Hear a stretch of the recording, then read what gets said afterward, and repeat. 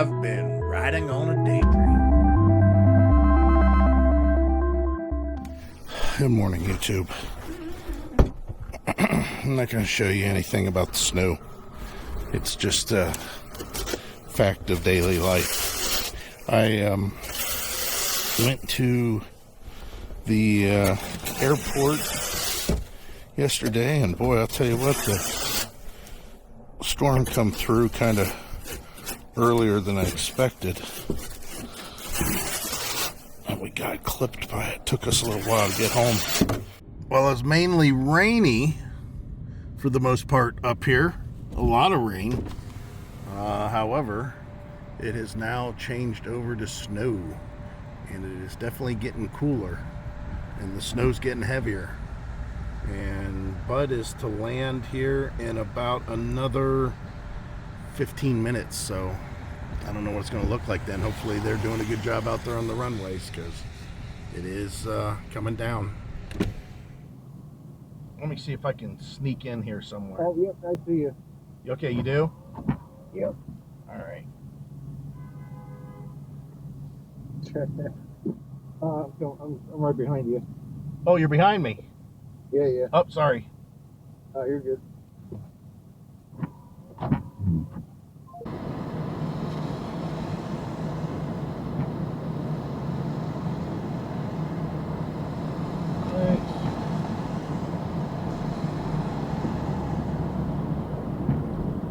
What's this asshole doing? That's weird. This car was behind me, and then he just comes over. Look at this. On the right to I-80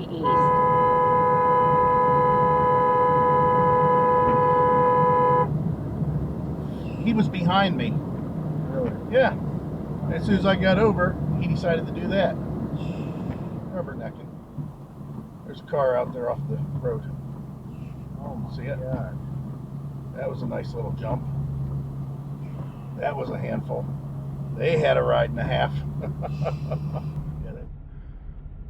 Well, we passed an accident that I don't know how the car got on the other side of a ditch, but it was a deep ditch. They must have really, they had to Bo and Duke jump that thing, General Lee style, because it was so far over into the woods that the cops sat on the turnpike and had their spotlight pointing out into the woods so you could see the car. Then once the traffic started, I guess, alleviating a little bit, which there was hardly maybe 100 yards, then we started in this traffic jam, and there's another accident up here somewhere. The roads are definitely, you can see that left lane, that one's a little, it's slushy now because all the hot cars that are on it, but our lane's really dry. Of course, the truck not being a four-wheel drive, I've got this thing in a snow wet mode. But yeah, it's, I don't know, we're gonna be here for a while, it looks like. But we made it home okay. I was debating on whether to plow this. It's not worth it. We just like to keep it off our feet when we go in the house. So just making a path for Heidi to walk. Last night I went through the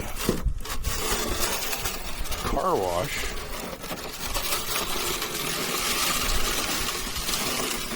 for the truck, and it didn't do any good. Show you what I mean here. Look at the mirrors. You gotta realize that for quite a few years I drove at least 27 miles one way to work.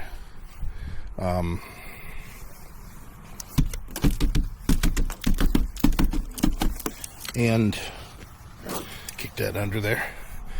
When I got to work, the antenna went from just a normal size to about as thick, or if not thicker, than what the base is.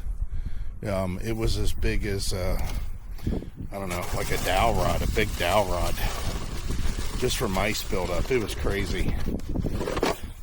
Yeah, that was one thing I didn't like about driving. And the funny part is a lot of people, they're, oh, Mike, you need four-wheel drive. Well, it's nice to have four-wheel drive, and there's times that I can say yes. Like last night, I kind of wish I had four-wheel drive at points during the trip, but for the most part, you know, I didn't even put any, I don't have any weight in the back of the truck or anything, and it did fine. You know, traction control kicked on a couple times, but for the most part, it did fine. And all those years that I, you know, worked over in Akron and drove from Beloit, or when I drove to North Olmsted. You know, think about that. North Olmsted is 70 some miles one way for us. Even when I worked in North Olmsted, I never had a four-wheel drive. I had a four-wheel drive International Scout, and I got it for a song and dance from this guy who was desperate for money. It's not that I was playing him. I've never done that. I've never said, oh, somebody, you know, they've got a bad situation going on. I need to take advantage of that for my own personal gain. Oh, it's so nice and warm in here. I had the torpedo heater on, so it don't count as just that little heater warming it up. I ran this for about, I don't know, 10 minutes. When I worked over in, Akron, I said I drove like 20 some miles, and I had an old Dodge Aspen. You guys remember those cars? This was a 77 or 78 Dodge Aspen with a slant 6 in it. And I bought that car for $150, and I drove it for a very short time, and the transmission went out. And back then, this is the thing I missed. Back then, you could, you know, have a local junkyard install a used transmission for dirt cheap. So I had them install a used transmission for another $150, which for me, that was a lot of money. I mean, I didn't normally pay $300 for a winter beater. I'd pay $150 or $200 for a winter beater. I know all these numbers to some people, you know, younger that might be watching this are like, are you kidding me? Oh, yeah, that's right. You could buy a car for $250 that you could drive throughout the winter and, reliably drive back and forth to, let's say, you know, like in my case, you know, Akron, which was 20 some miles in one direction. So I do 50-mile trips, you know, every day with a car that I only paid $250 for. But the thing was, I was looking for another winter beater. I can't remember the situation, but I had $600 total. And I planned on buying another winter beater. And I was hoping to get maybe four-wheel drive because the winter had been pretty harsh the year before, a couple of days that we had a lot of snow. And I didn't want to experience that again. So I kind of was looking at a truck, and not just half-heartedly. And again, you could hear I usually spend a couple $100 for a winter beater. So if I'm spending $600, I should get something pretty nice. That was the other thing. I wanted to get something that was a little bit nicer than an Aspen. It was, it was a rust bucket, and I did have nice cars. I had a 5-liter Mustang that was only 2 years old at that time, and we were going to park it for the winter. And we had a 88 Bonneville SSE, I think it was. Something like that. It was a sporty-looking Bonneville, and we had that. Heidi's car. That was her car that she drove back and forth to work, but she worked locally. This is before we had kids, obviously. And then I had a something else. Oh, a Fairmont. We had a Fairmont, a baby blue Ford Fairmont, and Heidi, she, I don't know. I planned on doing something, putting a big engine in that car or something. I don't remember the details. And then I had that Aspen. But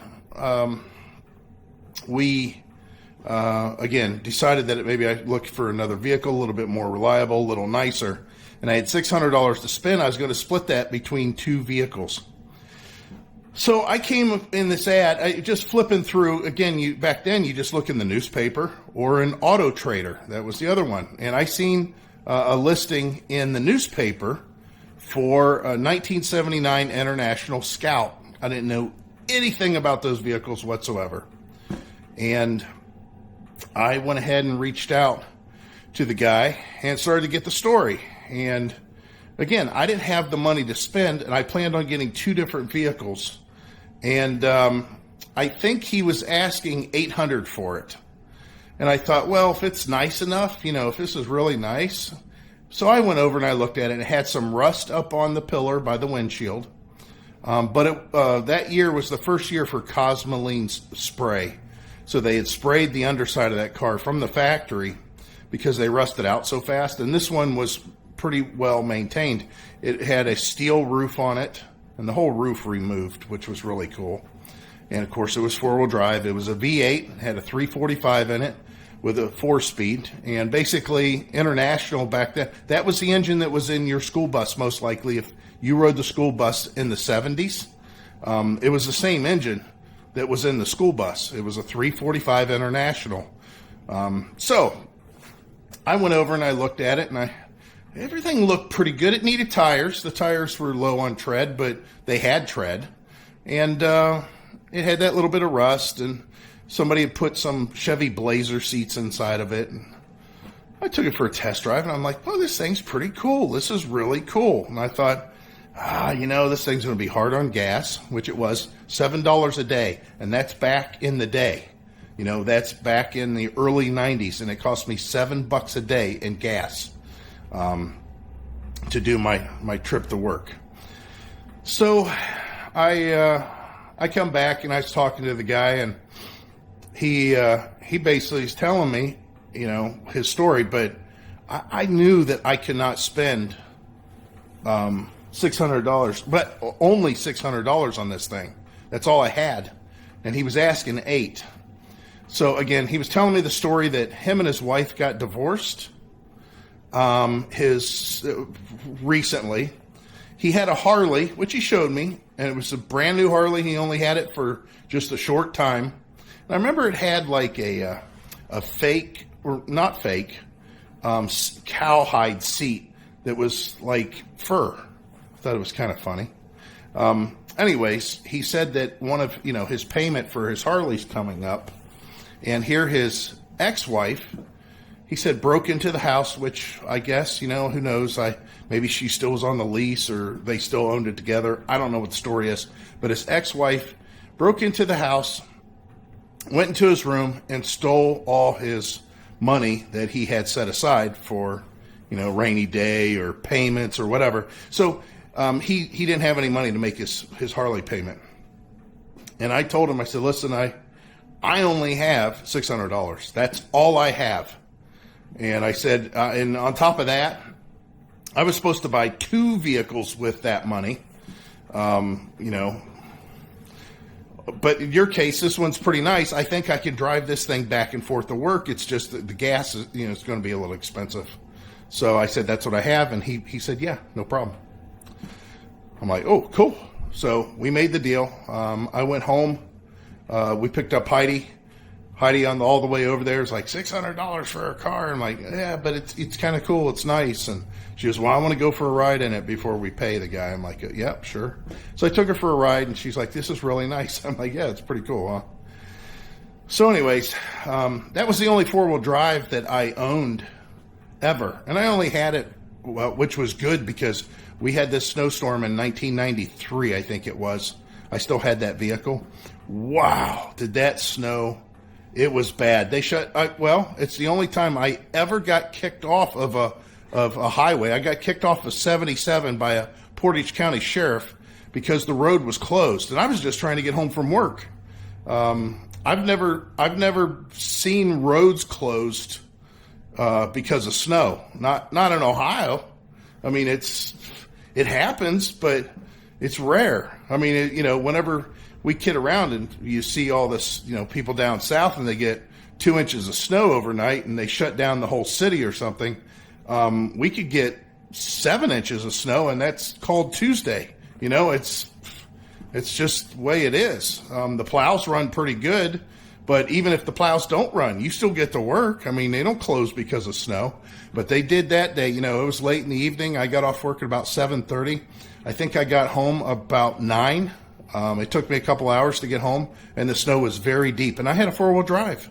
I mean, I had that Scout, so it was a good thing I had it. But anyways, like yesterday, we drove, I drove up to, and it's an hour drive from here. I drove up to the Cleveland airport. Of course, it was rainy and kind of crappy on the way up, but it was just rainy. And then it started snowing when I was waiting for Bud to get out, off the plane.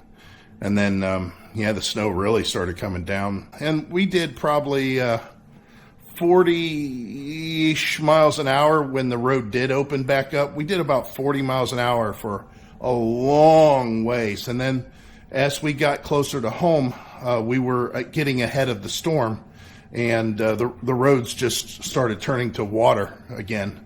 And anyways, yeah, typical stuff. So anyways, I got to go run out and get the mail. And Heidi's off today. She has a hair appointment. So she'll be leaving later this evening, and it's a little ways. It's about 40 minutes away, and then she'll be there for a couple of hours at least, getting her hair done. But you can see her car. It was just rainy here when she drove. It wasn't slushy or anything. Anyways, let me go get the mail, go inside, hang out today. Hopefully we don't get much more for snow, and it's going to get cold. Everything's going to get cold, so we'll have to deal with that. I mean, the highs are going to be like 28. The lows, not crazy. The lows are probably going to be anywhere between 13 and 20, I guess. I said it's winter. It's expected. But then we have a warm-up coming, which the average temperature for December should be in the 40s. So if we have a warm-up, it's nice. That means we'll be in the 40s every day, from what they're saying. We'll see. Well, it's another cool day in Ohio, and I've already been in and out a couple times. I ran uptown. Heidi had a delivery. She's actually making deliveries today. So I met her briefly at one of the deliveries just to say hi. And she's going to be closing tonight. I plowed the driveway. We had snow for a couple days, and we didn't really have much in the forecast. They were saying maybe not. That's usually the way the forecast goes here as far as getting more snow. Apparently we're going to get, starting tomorrow, 2 to 4, and then another 2 to 4. So potentially 8 more inches of snow. Who knows? But I'm showing you the garage here because you can see how much that little heater keeps Heidi's side of the garage warm, more warm, I should say, than the rest. Especially in that one spot that just looks out of the ordinary. So I know that a lot of you had commented and said, well, why don't you cover up that spot? Why don't you cover up the hole?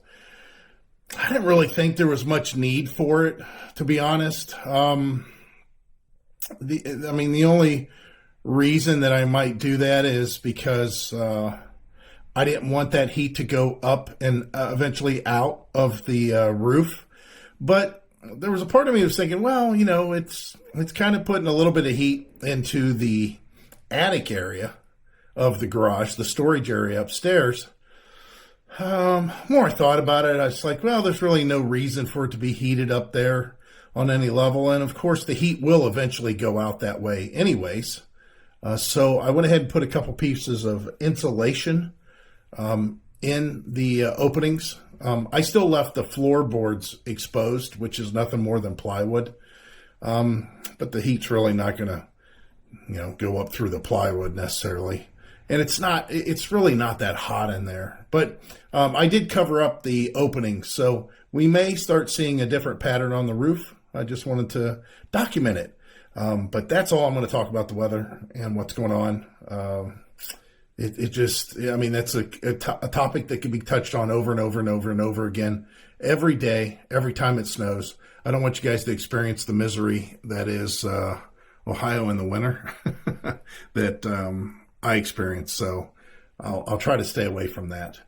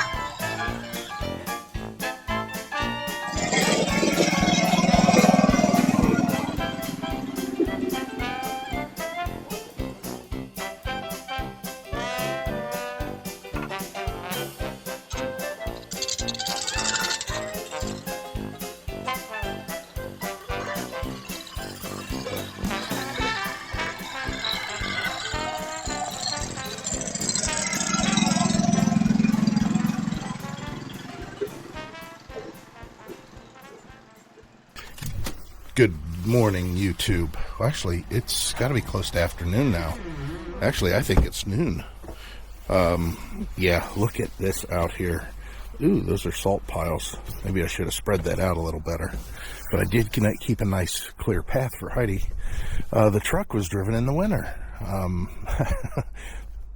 I, of course, drove it whenever I came home from picking up our son at the airport. But since then, I drove it around the block because the battery's a little low on this. And Heidi's got a sale on batteries at her work right now. So she says, I'll just bring home a new battery. It's funny. I told her, I said, it seems like every vehicle we get, we'll put a new battery in it and then we get rid of it. Not immediately, but I'll show you what this sounds like when I crank it. And it was just running a couple days ago. 2 days ago. You could hear it, right? Real slow. So, I'm going to go ahead and turn on the rear defroster too. We're going to go ahead and get ourselves a new battery for this. Yeah, I left the shovel out here. That's kind of an idiot. You can hear that exhaust leak. Of course, it goes away when it gets warmer, but I got to get that fixed. So the thing that's going on in here is the light. I don't know how else to say it.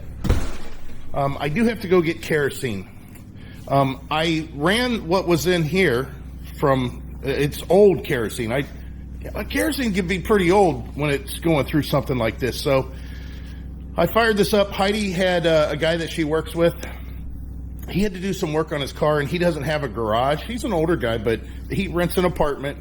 And Heidi said, come on over. We have a garage. It'll get you out of the cold.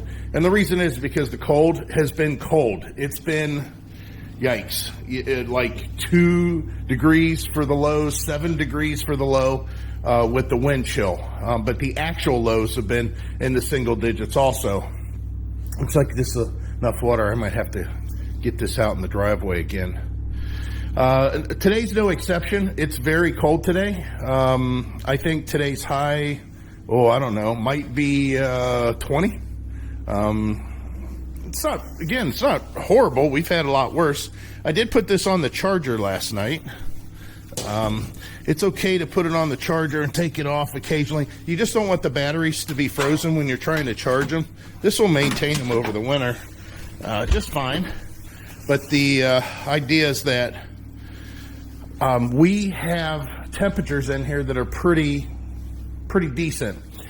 if we look at the roof of the garage, we no longer see that one spot that tries to stay warm. Now, that could be because we have a lot of snow and it's been much colder, but most likely it's because I had people saying, why don't you put cardboard over the hole and stuff like that. I just stuffed some insulation material. This came with, this is packing material, but it does the same job. It's foam. I just put that in those two locations to block off those rafters, and believe it or not, it did get it seems a little warmer in here. Now, I'm coming over here, this is what I wanted to talk about. We've talked about this plenty, but I wanted to give you an idea how effective this has been. I have not shut this off when I refuel it. I continuously leave this run. I have let this run for 15 days straight, 24 hours a day, 7 days a week. And it's still going. I just refuel it. That's all I do. I take the lid off, I refuel it. Again, the fact that it's diesel or kerosene, it's not, I could probably take and pour kerosene all over this thing. And the only way really I think it would ignite is if, even if it hit the exhaust, I don't think it would ignite. It would have to get in that chamber somehow where that element is 200 and some degrees. But anyways, I just make sure I'm very cautious when I'm refueling it, and I don't spill any. I put a little rag around the neck of the filler, and I was originally trying to use this thing, which I've had these in the past. This one's just a piece of junk. I don't know what the deal is. So I got another piece of junk. It's a battery-powered refuel thing, but it works. I mean, it's not the greatest, but it works. That's all I care about. Go ahead and hang this back over here, where this used to be for a long time, just in case I need to back up again. So that's why we had the heater out, and occasionally I'll turn the heater on. I think I've done it 3 times on my own, other than the time that we had it out here for the gentleman working on his car. Yeah, because this little thing is keeping the whole garage above freezing. Now, to give you an idea, this is purple power, and there's nothing about that keeps it from freezing. Here's alcohol, of course, that won't freeze. Of course, the washer fluid won't freeze. But I don't know if I have any wash agent out here. I think we took a lot of the wash agent out before I decided I was going to run a heater out here. Yeah, I don't see any car wash stuff or anything like that. And over here, I don't know if you can see my breath. But let me see if I can do it this way. You can kind of see my breath a little bit. Of course, it's over by the door. This opening's kind of gapped up, you know. It's where I kind of knocked it out for the RV cord to go through. But the little stupid heater is still working. So even though the kerosene is a little bit more expensive, I'm sure, definitely, to heat with than a natural gas heater would be in this garage, the amount of money that I'd have to spend to even get the natural gas heater out here in the first place, with the mounting of the heater, which I'm sure I could do that, you know, and run the electrical, which probably would be to an outlet, and also, you know, positioning it the correct way to make sure it's not too close to anything. You'd have to vent it out, most likely. I think some of them are vent-free, but I'm pretty sure most of them have to be vented. I might be wrong there. And then I'd have to run, you know, have somebody run our gas supply out here. That's got to be expensive. Yeah, I'd rather do this. And it's temporary. This is temporary. That's the best part about it. The heater, although it's up and out of the way, if I mounted it up high, it's still there all the time. Whereas this one, when summer comes around, I could just, you know, take the exhaust pipe off and that's it. I can put it underneath a workbench with a cover on it and be done with it. I don't wonder how long I could heat before the cost would equal what it would be to get a heater in here. So that's it. Oh, I do want to show you something else. I got this thing around my neck. But I want to show you something else. And it has nothing to do with this sling. Well, kind of it does, but not directly for what I'm getting ready to talk about. So I'm going to talk about something that might be a little sensitive to people. I don't know why that might be, but everybody's got their own reasons. And this is something that I promised I wouldn't talk about too much, but it is of a personal nature for me. And I wanted to make sure that if anybody else is on the same boat as I am, that they have some information about an item that I think might be a nice additive. And again, this is probably going to be pretty shocking to you guys possibly, but I'm talking about home protection. I'm talking about firearms. I'm talking about protecting yourself while you're on the road. And I know that one of the things that people are concerned with whenever they're getting into firearms or something like that, they're concerned with, their aim, their ability to shoot, whatever the case may be. And I've got a product that I think is kind of cool and is very easy to install. And once you have it dialed in, would be probably the perfect thing to add to your home protection to do what you need to do. And that is one of these little lights. This one was sent to me by Olight, and I've done reviews on other stuff that Olight offers. This thing is a quick mount. You just flip the lever and it just clicks right on there. And it has not only a flashlight, but it has a beam on it too. And you can see over there on the wall, just around that outlet, that you get that green light, right? That is really cool. That is so cool. Now you can, of course, you can just turn this on. Let's do that. You can turn it on and it's there, all the time. But more importantly, this offers a couple different features with it. If I just flip the lever on here, you now have a flashlight with that green dot. Also, now you have a momentary switch that you activate with your finger. And it's either finger. You could do it with either one. So if you're left or right-handed. Or you have the option of no green light at all and just the flashlight. And this is a big deal for whenever you are in a situation that is not like this garage right now, all lit up. Let me show you what I mean. Other than the light that's coming through the windows, the camera doesn't like this lighting very much, but just with the flashlight, look at this. I mean, how well can you now see and be able to proceed with what you got? This also blinds the person that you might be looking for, or that's looking for you more appropriately.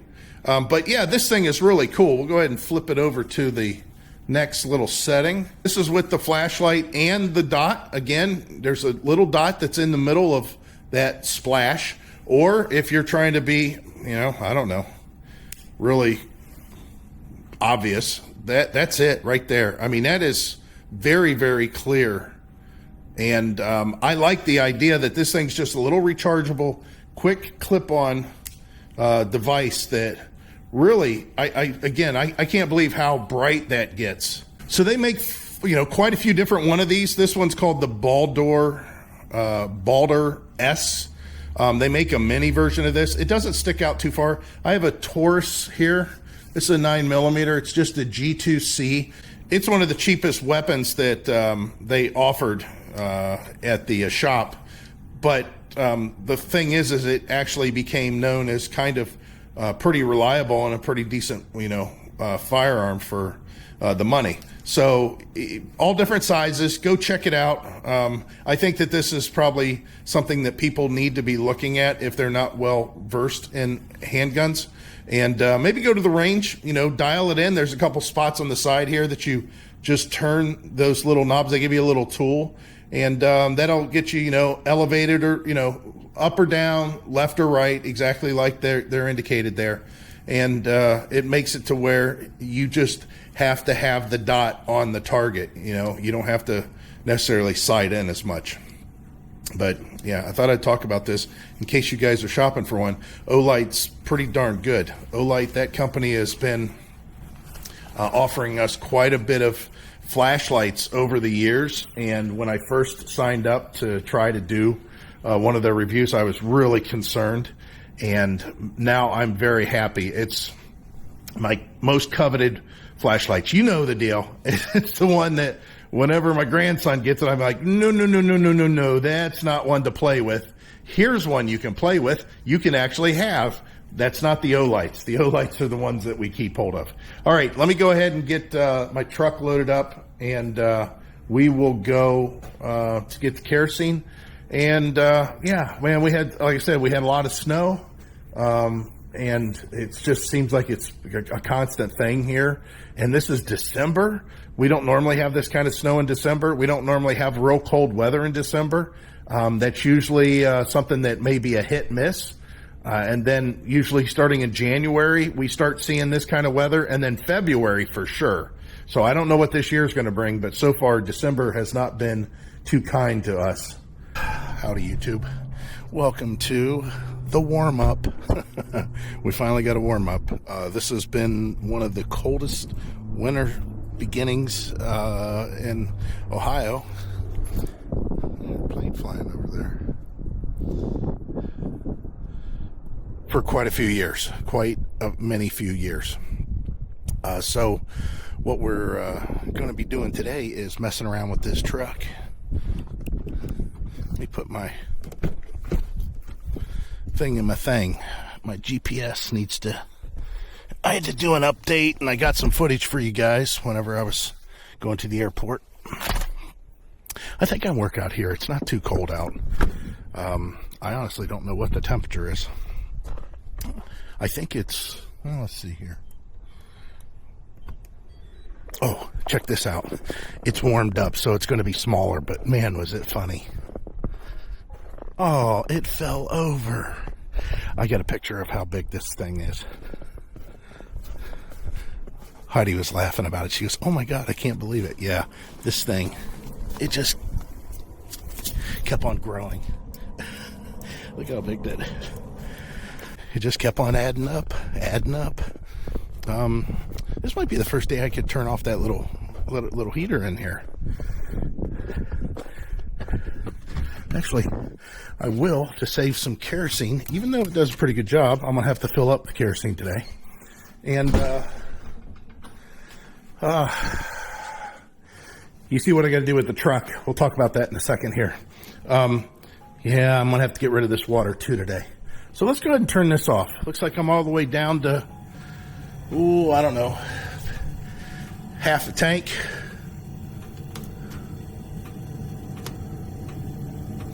All right, give it a break.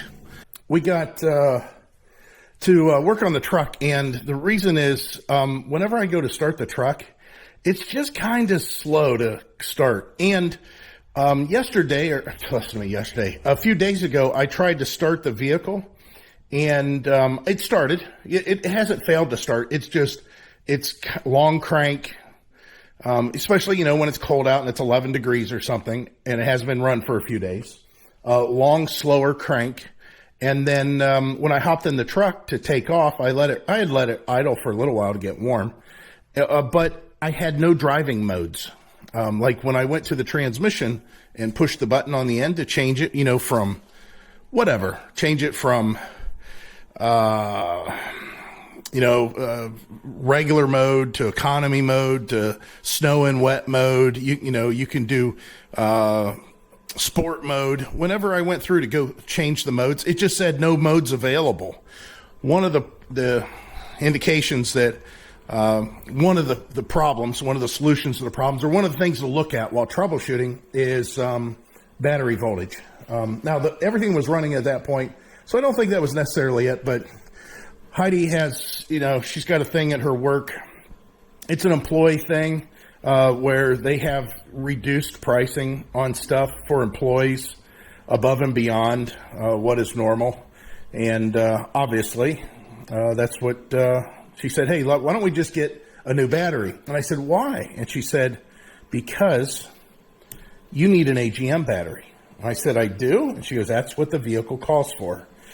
And I said, well, okay, go ahead. And then after we got the AGM, battery, I told her, I said, well, I don't even know if I need that. I said, because the battery, when we got this vehicle, the battery that's in the truck right now is 1 year old. The dealership that we purchased it from had installed a brand new battery. So I told her, well, I've got this brand new battery, even though it's not an AGM. What do you think? And she said, let's just put an AGM in there. Let's just get it over with. That way you know you have the correct battery in there, and you can rule out any problems that you have moving forward on the specific battery. And I'm like, okay, you know, she always makes sense. So the battery then, I told her, I said, well, what are we going to do with this new battery? I said, I mean, I could probably get it warranted at AutoZone. And she said, well, if it was the dealership that purchased it, she says probably not, because the dealership is usually, you know, commercial accounts. They don't necessarily get the same type of warranties across the board. I don't care one way or the other. Heidi also, you know, we both try to pay it forward when we can. She says, you know, there's a lot of people that are out there right now that, you know, they're having problems with their cars. This is the big battery season, you know, to sell batteries at her work. And she said, why don't we just put it on, you know, Facebook Marketplace for really cheap? That way, you know, don't look like you're just giving it away to somebody. And you know, she's right. I said, we pay it forward and give somebody a $230 battery that's 1 year old. You know, maybe we'll sell it for $70. Because the core charge on this is like 22, so we're losing out, you know, $20 just because we didn't pay a core charge. Now, we're not independently wealthy, and if we can offer this for, you know, a much reduced rate, get back some of our core charge money and some of the money for the new battery, so be it. But anyways, that's all I'm doing. I'm going to be changing this battery today. I'm just looking at everything because I've never seen this type of a terminal before. It's kind of funny. Yeah, that's a weird looking terminal clamp. And then this is the battery clamp. Looks like this might be, I don't know, everybody put in their guesses. It looks like about an 8mm. This obviously is 10. I don't even know what that is. I don't have to really worry about that, but worst part about it is I got some electronics in there I got to be concerned with. But yeah, everything looks really good on the truck, and it's been doing a pretty good job. Now, Heidi and I, of course, been discussing going into another vehicle at some point anyways, some sort of a tow vehicle for a bigger RV. Again, this one will get us by for what we have easily, but we're wanting to get into something bigger. All right. I had to get to work because even though it's not really cold out, again, I don't know what temperature it is. It's still, the wind's blowing, and I want to make sure I stay warm. Okay, close your ears. I'm going to say the A word. What's the temperature outside? Right now, it's 43 degrees Fahrenheit. 43. Set the low of 28 degrees. Wow, 43. It's a heat wave. It's a heat wave. All right, let's get this thing in there. All right, it's out. Pretty easy. I'll tell you what, I don't know how those hold downs are for longevity, but man, they are. Whoops, this goes over here. Man, that see what I'm saying? I talked about it before. Even though this looks disorganized, I have places that I put stuff. I know those gloves go there right now for the time being. Anyways, those clamps are really cool. I kind of like them better than what I've dealt with in the past. Okay, so now looking at the truck and looking at the roads, I need to go take this through a car wash. I want to get all the salt off of it as much as possible. Hopefully I can find a car wash that lets me spray, because I like to do the spraying when it comes to winter cleaning. But yeah, that's what I'm going to be doing. Heidi's at work today. Our son, he's off work, but I think he's out doing maybe Instacart or something. I don't know. When his days off of work, I know he goes out and does stuff with Instacart. I don't know if that's what he's doing or not. But the thing is, Heidi's off tomorrow. Thank God. So I came back out to the garage. I went and got the truck sprayed off. The car wash, the only thing they have is the drive-through, so I had to drive through. I made a couple passes with the plow tractor coming back here, and looks like it's going to help with the melting of the snow in this area. Okay, so here's where the problem lies. You see the gap up top now. Look how big that is. That's all because it's heaved from down below. It just keeps on getting progressively worse. So I want to clear this off and try to get some sun to it. Hopefully that'll melt it, but I doubt it. There's really nothing I can do about it. You know, Heidi was talking about, oh, hey, this spring, summer coming up. She goes, why don't we dig all this out, you know, and make it nice? I said, the problem is then all summer long, animals can get inside here. You know, if we happen to get raccoons or something, this is easy for them to get in. Last year, I had something that did get in and then came back out again, but they did dig up a spot and I just filled it in. I don't want to promote all the way around this place is pretty, you know, it's got some sort of rock, so it's kind of hard for anything to dig underneath, but yeah. All right, let me try to get this open. Well, you can see what the problem is I have over there, right? I got to put a couple screws in to hold that down, but the leaking, you know, I talk about this all the time about the garage, you know, or the pole building has a leak. You can see here, there's water that's run down the RV here on the front. But for the most part, you know, I'm so much more protected than not. Just looking around, making sure nothing new has happened in here. A little bit of moisture underneath there.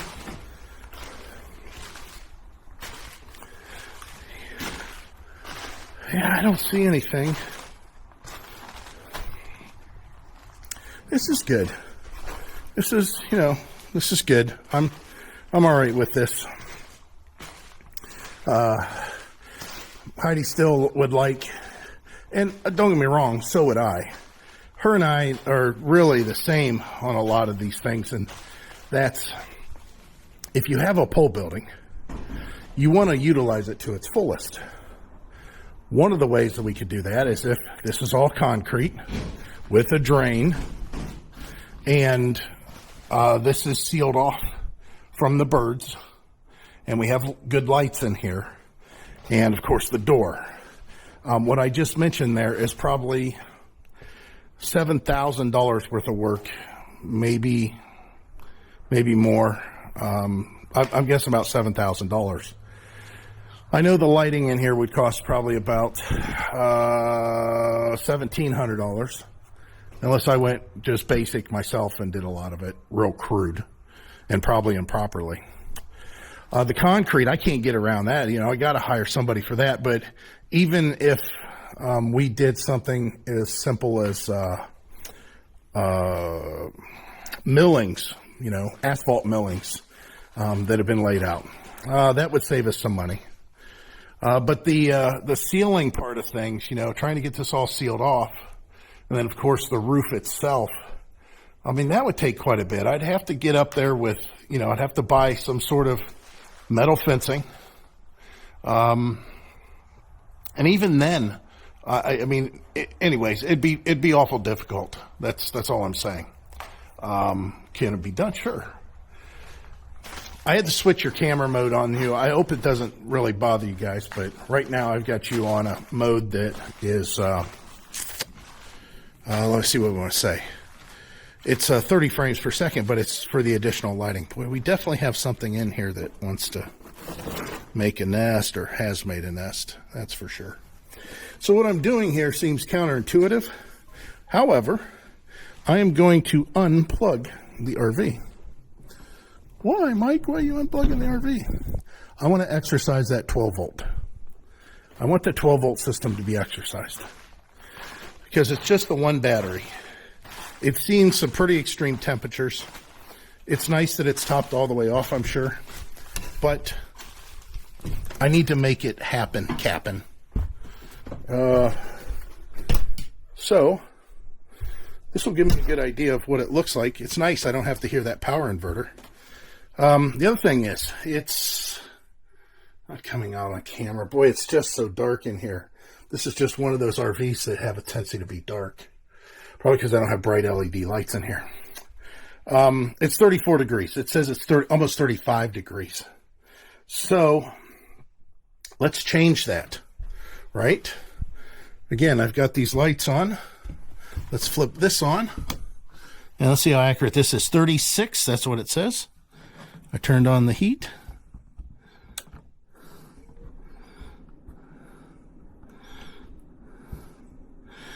And I've got it set to 72. So we'll let this run and see how it goes. In the meantime, I'm going to do my checkup for rodents because it definitely got cold enough that they want to find anything they can. Yeah, it looks good in there. I don't see anything. I don't see... Oh, there's something there. I don't remember seeing that before. I don't know what it is. It kind of looks like tobacco shavings. It's nothing from up top. I don't remember seeing that. I'm just leaving it out as that. I don't remember seeing that. So I'm going to double check in here a little bit better. I don't see anything here. Let me make sure that yeah, there's still enough stuff in there. I'd like to see a little bit more though. I'll pour some more antifreeze in there. Okay, looking in here now. I still don't see anything in there. Nothing on the floor.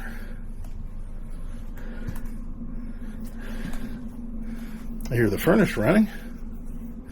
And finally, the last thing. Let's go ahead and get this up.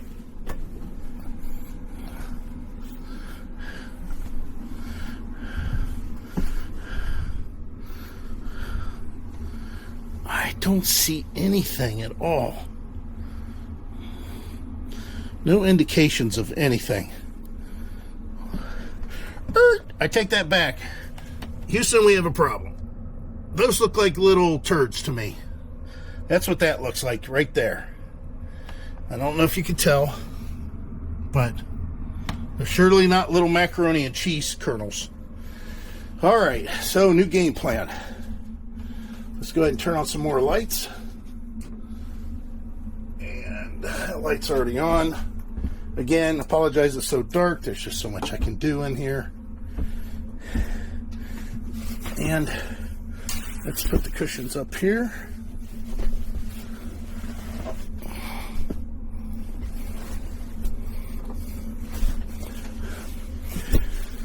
Yeah, I'm changing this now to where we don't have any hidden things in here. Another fly. There's a few of those. Little space heater, ceramic heater. All right, nothing there. Yeah, those two little turds kind of tells me that something got in here. I don't recall those at all, so there's nothing here at all. And I don't see anything here. The only way he could have got in is here or in the plumbing. I don't see anything. All right, now we'll check a little bit closer here.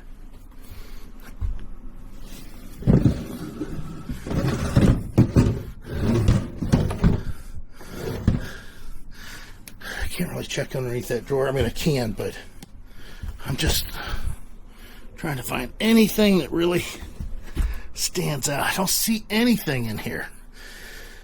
Oh, you know what? I never did try to feel for warm air. Now, I'm kind of asking for trouble here. Oh, yeah, that's one. Because if I have any kind of rodents that are trying to get in here. The fact that I've got this thing heating up is going to want them to come in here even more, as they are now getting exposed to some kind of heat. I don't know. We'll have to see. Look at this, YouTube.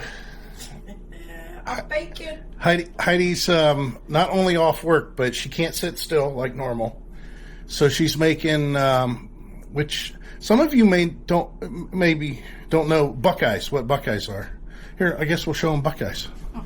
Yeah, you guys, anyway, she's making chocolate chip cookies, and she just couldn't sit still. Anyways, Buckeyes. These are Buckeyes. And the reason that they are calling them Buckeyes is because they kind of resemble the thing that comes off the tree, the Buckeye tree. That's why we're known as the Buckeye State. And you know, it's funny. The state cookie. It could be. But here's something that's funny. I'm going to ask you something, and you tell me. Have you ever personally seen a Buckeye tree? No. Neither have I. I don't remember ever having a house or a neighborhood or chestnut. I think it. Yeah. Is that the one you can eat? It has nasty outside. I had them on my hands. Those are like I acorns. found acorns are what we have. Oh yeah, that's right. So they have like pokey things on the outside. You split them open, and then there's the nut. I thought it was a chestnut. Yeah. I used to eat them because you can just bite them and tear off the. Remember when we were in Alabama on that trail, and we could just pick up the walnuts and eat them? Yeah. Oh, that was so nice. Yeah. And we miss a lot of stuff from when we were on the road. That's for sure. Yeah, because if you read the back of this shirt, oh, we have all that stuff. Our life does not. Yeah, we have all of that now. Let's see, debt free, nope. House free, no, definitely nope. Clutter free, nope. And then trouble free, nope. Isn't it funny that when we were full time, all of those things applied? I mean, truthfully applied. We were debt free, we were house free, we were clutter free, and we were trouble free. I mean, we really didn't have any troubles. No. And now it's all the other. It's exact opposite. It's not trouble. It's not. It's not. But we have those other things are clutter, house, debt. Yeah. But anyways, it's funny. This is the Buckeye State. I've seen plenty of maple trees and maple leaves and elm trees, but I don't pine trees. Pine trees. But I don't think ever. I don't remember ever having a house that had a Buckeye. I don't know our neighbors ever had a Buckeye tree or Buckeye whatever. I know I've seen them, but I mean I'll tell you what, this is going to be something that's kind of funny. Whenever I was a kid, my grandfather lived in a trailer park in Palm Bay, Florida, which is kind of, I still find it funny to say, because when you live in the north, people that live in mobile home parks, you know, they have a tendency to be looked down upon for whatever. It's just the nature of the thing, and it shouldn't be. Right. Well, I'm actually, like, I guess I'm one of those. Yeah. And I don't do it here, but I do it down there. I'm like, okay. Well, yeah, because they're sacrificing what they live in for the weather. Yeah, but also, a lot of times. But also down there, they couldn't afford. A lot of the people that live down in Florida can't afford a home. Could not afford. Not now. Well, especially now. Like all the people that live in the Vero Beach Park, you know, they're all on fixed incomes. But man, they're living a nice life. They have a nice home. Yeah. It's, you know, it's not. It's like more acceptable down there. Yeah. Easily. Yeah. So you would never hear somebody say, "Oh, Jim, yeah, he lives in a mobile home park." I mean, that's the way you would say it up north here. But and truthfully, it's just a place to live. It's no different. So my grandfather, when we were growing up, they had a house in Port Malabar, and then they moved to the outskirts, basically what was considered Palm Bay, and he moved into a trail. I say he, my grandmother and him both moved into a trailer park And I remember across the street was their parking. And there was a railing that went along the property divider from where you parked up against, and then there was the sand road, and then all the trailers were lined up. And across the street, past that guardrail, was another driveway and a house. And my uncle bought or rented that house. So one day we went over there and was visiting my grandparents, but then my dad walked over to visit with his brother, my uncle, and I was out playing in the yard. Now, I was very little. I was probably maybe 6 years old, and I was just wandering through the grassy, unmown area that's out there. Now, looking back, that seems crazy, but when we were kids, you just knew, stay away. Snakes didn't want to bother you as long as you didn't bother snakes. So you paid attention. And gators were always something you just stayed away from and paid attention, even though there wasn't any gators in the neighborhood or anything like that. Even though this was off of US 1, so St. John's River was right across the street. I'm sorry, the Indian River was right across the street. But nonetheless, we would go out and play out in the yard, which was kind of an unmown field. And I remember that I gathered some stuff in my hand that, like kids do. They always find, pine cones or little rocks or sticks or something, and they just want to, collect them. So I found these things out in the yard that was just out in this field, there was only one house that was in this field area. And I remember going to my dad and my uncle, and I go, look what I found. And I opened my hand and I showed them. And I said, what are these things? And there was 3 small little balls. And then there was a bigger one that was shiny. It was kind of weird looking. I'd never seen anything like it. Then again, I'm only 6 years old. There's a lot of stuff I didn't see. And I remember my uncle going, well, those 3 small balls, that's rabbit shit. And I didn't know what rabbits poop perfectly round balls. I didn't know that. So I hurried up and threw those down, and he goes, let me see the other thing. And I handed him the bigger round object, and he goes, this is a Buckeye. And he says, how in the world did because Buckeyes will last for a long time. You can put a Buckeye pretty much anywhere, and it's not going to rot or anything. It's a hard shell. It's like a nut. Right. And he could not believe, and now looking back, years later, I don't know what a Buckeye was doing in Palm Bay, Florida, out in the middle of this field that obviously somebody just threw it out there. Yeah. I mean, it just seems so odd. Anyways, since then, I've only held maybe 5 Buckeyes, true Buckeyes. It's just one of those things. All right, so I'm heading outside because I'm going to say the A word. What's the weather? The current weather is 53 degrees Fahrenheit with clear skies and sun. Today, you can expect rainy weather with a high of 53 degrees and a low of 31 degrees. So it's 53 right now. Get this. With the wind chill tomorrow, 11.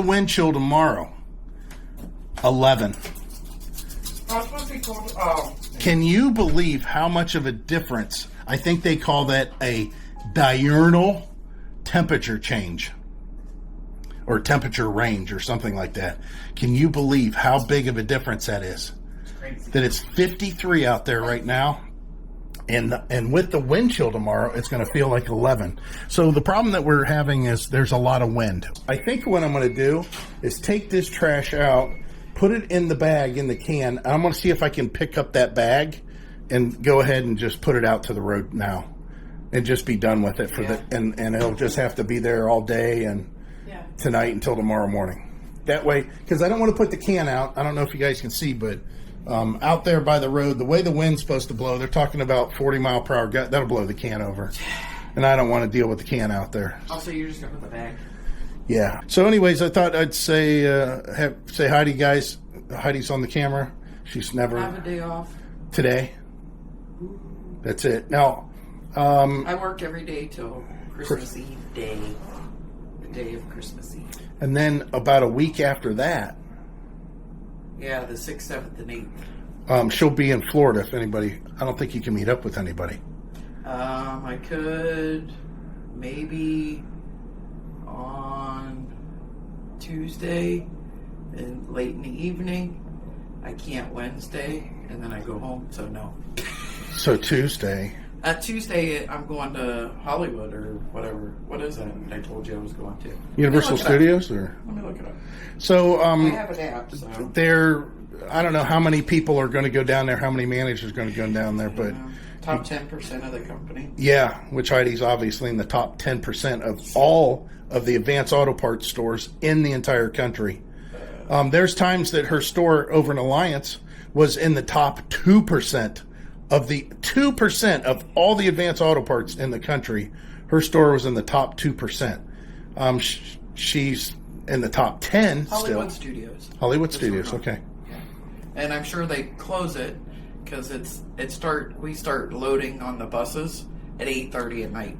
Oh. So if you guys want probably to... the bottom of the barrel deal. You just have to send HEIDI a message or email or say, hey, I want to meet up with you. She'll make arrangements. Probably the only night would be Tuesday. Yeah. It would probably have to be in the evening. Yeah, well, obviously. Yeah, because I Wednesday's a no-go because we get up, have a meeting till like noon, and I think my flight is at 3. So Cool. I just have to go get my luggage, and I probably just take the bus to the airport and hang out. Just send her a message. Yeah. Say, hey, I'm going to be in that area. I live in the area or whatever. I want to hang out with you. So go ahead. Just give her a ring. She'll tell you, yeah, I can do that or whatever. So I got to go out here and fiddle with the trash and refuel the kerosene thing, which I turned off, and because it's just too warm out there. I know. I don't need it to run. We just want this is the dirtiest my car's been. You didn't run it through the car wash. Not because the roads were wet. Oh, yeah. Which is strange. It's got to be the snow melting, I guess. And the good news is the snow is melting. I have some trash in my car. Oh, well, I got to take... Okay, never mind. I was going to grab that trash bag. So, HEIDI's got a car wash program. Oh, my God, it's so nice out here. Oh, usually my face is freezing.